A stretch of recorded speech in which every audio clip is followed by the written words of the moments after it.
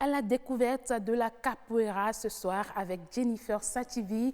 Mais avant, nous allons regarder ce reportage qui nous a dit plus. Ce groupe de jeunes capoeiristes est un exercice pour une discipline moins connue du public béninois. Il s'agit de la capoeira. C'est une discipline qui vraiment est liée vraiment à la culture brésilienne. Pas seulement uniquement brésilienne, mais afro-brésilienne. Parce que c'est les Africains qui ont été déportés au Brésil, qui ont su laisser cet héritage. Parce qu'arrivés au Brésil, on leur interdisait la pratique des arts martiaux pour se défendre, pour se rebeller contre les colons, les esclavagistes. Donc les Africains ont su camoufler leur système de défense à travers la danse les danses qu'ils ont déportées de l'Afrique. C'est ce qui a donné vraiment la naissance à la capoeira. C'est l'art martial brésilien, voilà, où on fait plusieurs mouvements de lance des pierres et autres. Là, il y a beaucoup de mouvements et qui est différent de la danse africaine, quoi. Ici, tout commence par ce jeu à deux dénommé la roda. Cette discipline est un mélange de rythme musical et corporel suivi des acrobaties, des esquives et de la gymnastique. Les chansons de capoeira ne sont pas que des chansons, c'est la bravoure des Africains au Brésil au temps de l'esclavage. Comment ils ont pu se libérer de l'esclavage. C'est ça qui nous donne l'énergie vraiment de lutter. Et c'est ça qui leur a permis vraiment de trouver la liberté. Parce que l'esclavage, l'abolition de l'esclavage n'a pas apparu en l'air comme ça. Il y a eu vraiment des révoltes. Et malgré l'interdiction de la pratique des arts martiaux, c'est la capoeira qui a été présente pour vraiment honorer l'abolition de l'esclavage. La capoeira peut se pratiquer quel que soit l'âge. Ce jeune capoeiriste fait preuve de curiosité. La capoeira fait partie de mes passions. Il n'y a rien de pareil dans la jeu de roda que d'autres arts acrobatiques simples. La capoeira est un art martial qui puise ses racines dans les méthodes de combat et de danse des peuples africains. Et voilà, on va danser la capoeira ce soir. Prenez bien place. Jennifer Sativi, bonsoir. Bonsoir Marchel. Vous êtes sûre de pouvoir danser la capoeira? Non, on va se poser la question. Puisque vous avez promis ça aux téléspectateurs, juste après vous allez en tout cas, si vous m'apprenez, je promets aux téléspectateurs en retour de danser la capoeira ce soir. Comment allez-vous? Ça va Marchel, et chez vous? La forme? Ça va. Toujours le sourire. Je vous ai déjà dit, je vais à votre école. Avec vous sur ce plateau, c'est bien sûr Mamoudou Fassassi. Bonsoir. Bonsoir. C'est vrai qu'on vous a déjà Machel. vu dans le reportage. Oui. Merci d'être là. Merci à vous pour votre invitation sur le plateau. On ne partira pas d'ici ce soir sans danser la capoeira. Hein? Mon Dieu. Vous avez une cavalière, vous allez essayer de... On espère qu'elle va tenir. Non, ne vous inquiétez pas, on va essayer de débarrasser la table et puis on va se mettre au milieu. D'accord. Jennifer Sativi, le plateau à vous. Voilà, Marchel, donc on vient de suivre un élément qui retrace un peu l'histoire de la capoeira. Comme vous l'avez compris, c'est lié à la déportation, à l'esclavage et tout. Donc, notre invité, qui est maître capoeira, capoeiriste, mais qui est danseur professionnel aussi. Attendez. Ça existe, capoeiriste? Oui, on appelle les pratiquants Parce français que Jennifer, pour mettre du piment, elle... Vraiment. Donc, voilà, il s'y connaît bien. Donc, c'est lié à notre histoire. Mais est-ce qu'on peut alors dire que le Bénin est directement inclus dans cette affaire de capoeira? Bien sûr. Vu l'histoire vraiment sacrée du Bénin, d'où nous avons commencé et notre richesse, donc je pense que le Bénin a beaucoup à gagner en développant cet art martial déguisé vraiment dans la danse. Mais ça ressemble à la danse contemporaine. Oui, c'est de richesse, c'est vrai. C'est au fil du temps que ça a pu améliorer donc, du côté technique. Sinon, la capoeira a été créée directement comme une arme de défense, premièrement pour les Africains. D'accord. Est-ce qu'on peut dire que c'est là la particularité? Parce que si on se réfère à l'élément qu'on vient de suivre, c'était un moyen de se défendre, mais qui était dissimulé. C'est ça, parce que les Africains au Brésil n'acceptaient pas facilement l'esclavage. Parce que qui va accepter de travailler de 5 heures à 20 heures et ayant droit à un seul repas par jour sous les chicottes des contremaîtres ou bien des esclavagistes. Donc voilà, et aussi ils avaient reçu l'interdiction stricte de la pratique des arts martiaux pour se défendre, parce qu'ils savaient que c'est de la lutte que viennent les révoltes. Donc, mais les colons avaient permis aux Africains de danser, de jouer les rythmes qu'ils avaient déportés, mais voilà, et il y avait une nécessité vraiment de survivre en communauté. Parce qu'un Africain au Brésil, au temps de l'esclavage, et à peine 2 ans, 3 ans, et ne survivait pas. Donc il fallait vraiment chercher, chercher vraiment et à survivre et à protéger vraiment sa communauté. D'où la nécessité et la naissance de la capoeira. Et ça a été né et l'intention, c'est de vraiment voiler la lutte. C'est ça. Donc voilà. On peut dire que ça a bien marché, Marcel, parce que ça a traversé, on peut dire, les temps. Mais est-ce que c'est pour ça que vous êtes souvent comme ça, parce que vous avez dansé trop la capoeira? Non, pas du tout.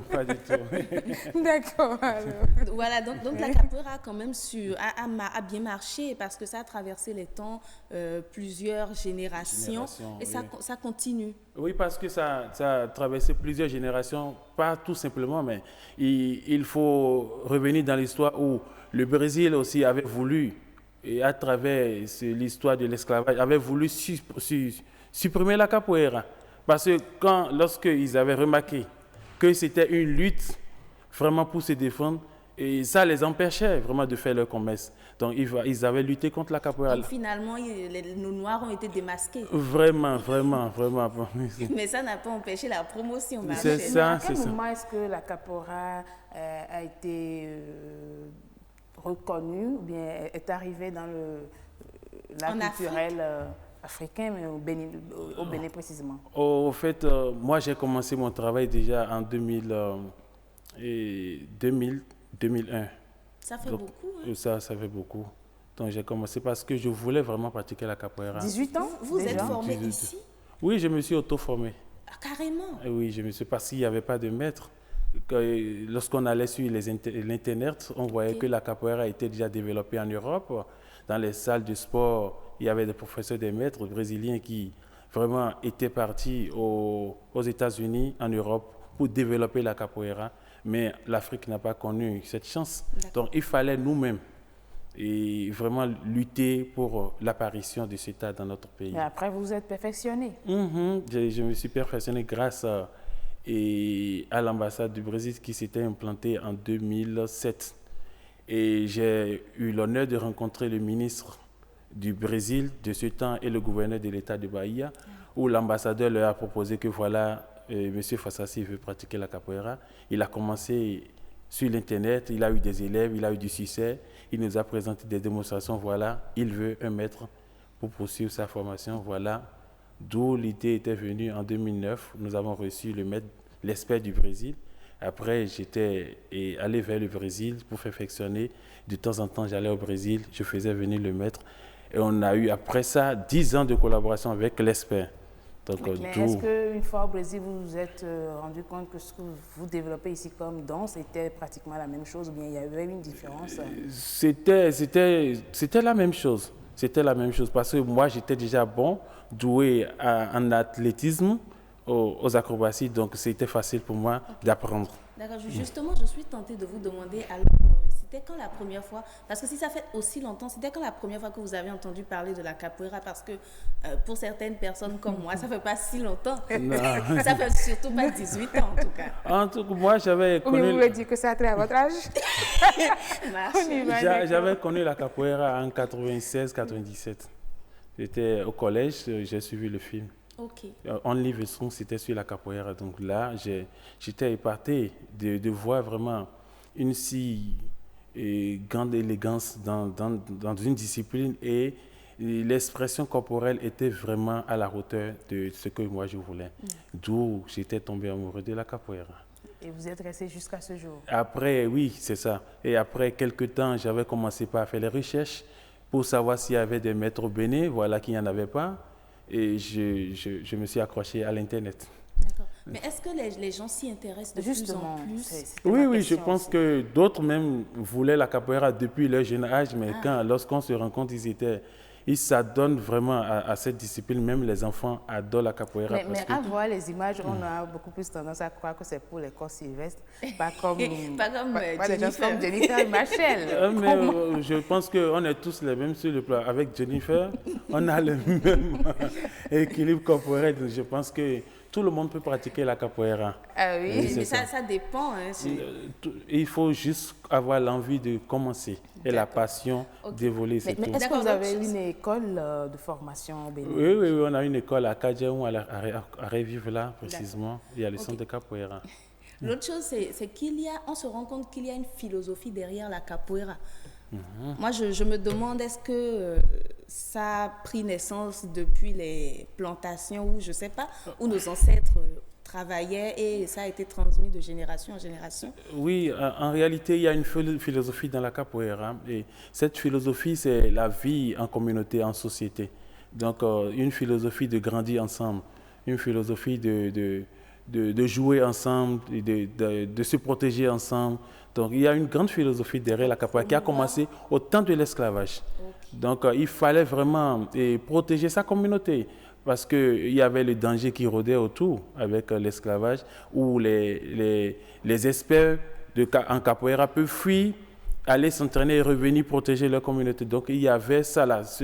Et l'histoire de transmettre vraiment l'héritage de nos ancêtres africains. Donc, on a toujours cette passion de transmettre le patrimoine, tout.